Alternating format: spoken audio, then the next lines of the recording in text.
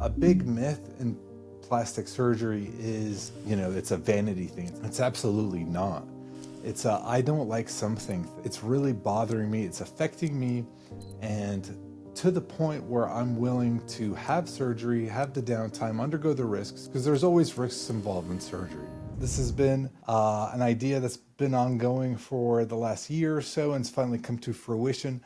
Wanted to share my vision for this. There's a lot of myths that go on with plastic surgery, everything from like the difference between cosmetic surgeons and plastic surgeons and just a regular, like an OBGYN doctor or something that decided to do liposuction. So everything from that to like to the education that goes behind it, the kind of training, the kind of surgeries that surgeons are able to do, plastic surgeons, just kind of a background, and then kind of the more fun stuff too. So we want to are going to be having patients come on, discuss their journey. I think that's what people are really excited to hear about. A lot of my patients, what they've gone through, their weight loss journeys, and then within just the scope, the realm of plastic surgery that in my specific practice, just the different kinds of people that we meet and have them share their stories, because some of them are just so incredible. Everything from like someone losing almost 300 pounds and having what's really reconstructive surgery to someone who just doesn't like the way their nose looks and how that impacts their life. A big myth in plastic surgery is, it's a vanity thing. It's a vain thing. It's absolutely not. It's a, I don't like something thing. And it's really bothering me. It's affecting me. And to the point where I'm willing to have surgery, have the downtime, undergo the risks, because there's always risks involved in surgery, always. Whether it's going to be, we see infection, bleeding, hematoma, implant rupture. There's always risks involved. Some are very low. For the most part, they're all very low, but some are a little bit higher. And I think it's important to understand all those things. And then I know on TikTok, I do quite a lot of the celebrity, guess what kind of surgery they had to do. Kendall Jenner, Sabrina Carpenter, and what has she done? And we can talk about things like that. And I also want a lot of feedback from you guys and to know what you all want to hear about.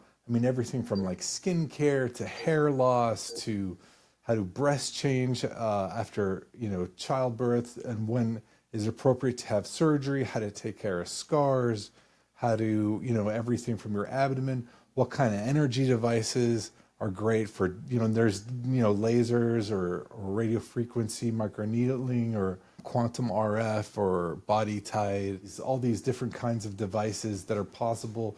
And then all the different kinds of techniques you can do with like tummy tucks, for example. There's just the word tummy tuck it's a pretty loaded word. In that word is a mini tummy tuck, extended mini tummy tuck, just a traditional abdominoplasty, extended abdominoplasty, circumferential abdominoplasty, circumferential abdominoplasty with a fleur-de-lis, and then adding an upper back lift to that and how that impacts everything. There's just so much to understand just on the cosmetic side.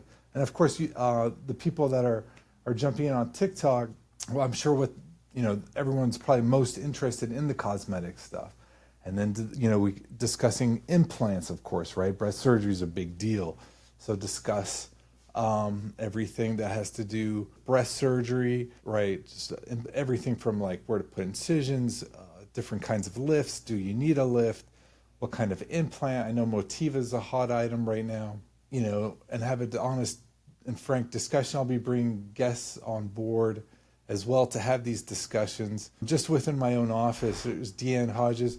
She's just a tremendous wealth of knowledge. She's been in the industry for 30 years plus. Started off as a nurse. She's a certified laser pro, went into managing cosmetic practices, now is running my practice, and also an amazing salesperson and person in general, someone who's very near and dear to my heart. I've been in practice in 2019. Dee and I started our journey together at the end of 2019. This is the first introductory podcast, and then subsequently she'll be the first guest, and you guys will meet her, and we'll go in depth in her background and what she loves to do. And she just loves people. That's why we do what we do, is because of of people. That's the most important thing. That's the most impactful thing. I'm not so great at just talking about myself, but what we're going to do in the future is have guests on, discuss things, topics. The first podcast will be with Deanne. A big thing is people asking, what am I ready for, like say a mommy makeover? Am I ready for plastic surgery? And that's a pretty loaded question because it really depends on the kind of surgery that the patient's having. It's going to be a big difference between if you just want to have like, I don't know, an eyelid lift versus a mommy makeover.